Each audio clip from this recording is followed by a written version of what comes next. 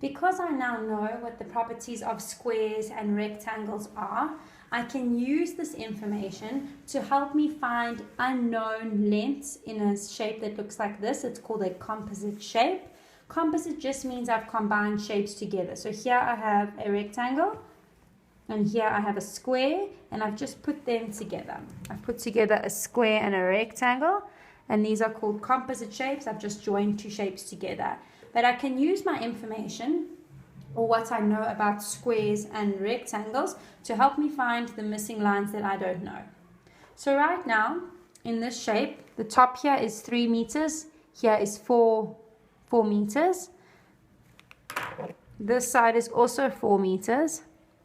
And I have two sides that I don't know. So if this is shape A, B, C, D, E, F, that's the names or the line names. If I have this shape and I want to find, for example, FE, how do I find line FE using the information that I have? Well, I can see that A, B, F, and at the bottom here I have a rectangle. I can see that, right? I have a rectangle. We take away this square here, I have a rectangle. Remember, we have composite shapes, so we have combined many different shapes together. Here I have a rectangle. I know that in a rectangle, the opposite sides are equal length. So if this is 3 meters over there, then up to here, this should also be 3 meters. But I need FE, which is the whole line. Here I have a square. I know that the opposite sides of a square are equal. If this is 4 meters there, then this should also be 4 meters. So now to find FE, I take my 3 meters from the opposite side AB, and I take my 4 meters, which is from CD, and I add it together, and I know that FE now is 7 meters long. This whole line FE is 7 meters long. And I was able to find that out because I know the opposite sides in a square or in a rectangle are the same length or are equal length. Now, if I want to find out the length of AF. Right, here again I have two shapes together. And I know that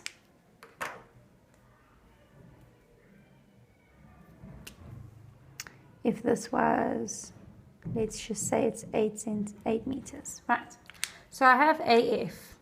I know what BC is. BC is 8 meters, and I know that DE is 4 meters. So if I take this side and I put it on this side of the composite shape, I know from A all the way up to this line is 8 meters, because 8 meters is on this side. In a square or in a rectangle, I know opposite sides are equal. Then I can also find out what the length is from this line to F, because here I have 4 meters. Opposite sides of a shape are equal in length, so I have 4 meters here. Therefore, to find the whole AF, I take my 8 meters, which I know because I saw 8 meters on the side, opposite sides are equal, and my 4 meters, which I know because there's 4 meters on this side, opposite sides are equal.